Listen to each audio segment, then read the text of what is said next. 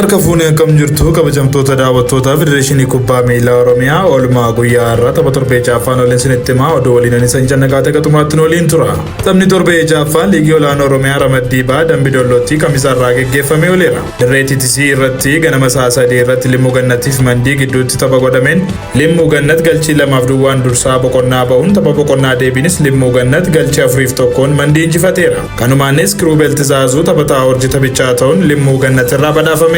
Tapha sa'aatii 5 irratti Mattuu fi Ambuyyee gidduutti taasifameen Mattuun galchii 1-2 dursuun boqonnaa ba'uun tapha boqonnaa deebiin ammoo Mattuun galchii 3-1 Ambuyyee injifateera. Kanumaanis Eebbisaa Taamiruu Mattuurraa taphataa hojii ta'uun badhaafameera. Isteediyeemii magaalaa Dambidolloo irratti ganama sa'aatii 3 irratti Aggaaroo fi Jaardagaa Jaartee gidduutti taasifameen immoo galchii malee goolabuun qabxii qoddatanii jiru.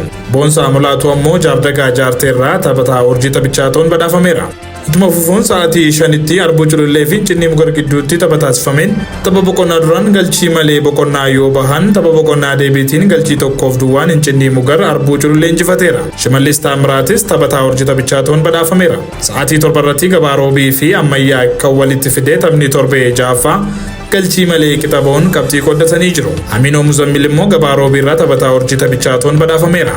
Tapha xumuraa torbee jaaffaa sa'aatii 9 irratti Jaan Sayyoo fi Bishaan Toophii waliin taasisaniin immoo galchii 1-2 Jaan Sayyoo dursaa boqonnaa bahuun tapha boqonnaa deebiin galchii 2-2 Jaan Sayyoo Bishaan Toophiin injifateera. Mujaahidii Siyaaq ammoo taphataa hojii taphichaa ta'uun Jaan Sayyoo irraa badhaafameera.